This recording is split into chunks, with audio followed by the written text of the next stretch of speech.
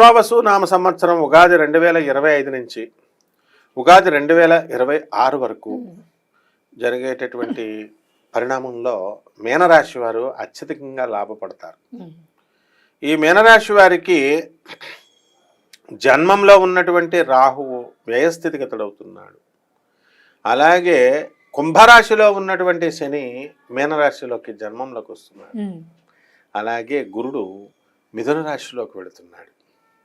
కాబట్టి డబ్బుని లెక్క చేయరు వీళ్ళు మీనరాశి వాళ్ళు. భార్య పేరు చెప్తేనే హడిలిపోతూ ఉంటారు మీనరాశి వాళ్ళు. ఎందుకంటే సప్తమంలో కేతువు, అంటే భార్య వల్ల భయం కాదు పాపం. సప్తమ కేతువు ఏం చేస్తాడంటే భార్య ఆరోగ్యం పైన ప్రభావాన్ని చూపిస్తాడు. ఇంట్లో ఒక మూలం మూడిగా కూర్చుంటుందో వచ్చినప్పుడు పోనీ ఎప్పుడైనా మాట్లాడుతుందరా బాగుందరా అంటే అసలే జ్యోతిష్కులంతా కూడా సప్తమంలో ఉన్న కేతు అనారోగ్యం చేస్తాడంటే లపకా టపకా కొట్టుకుంటుంది.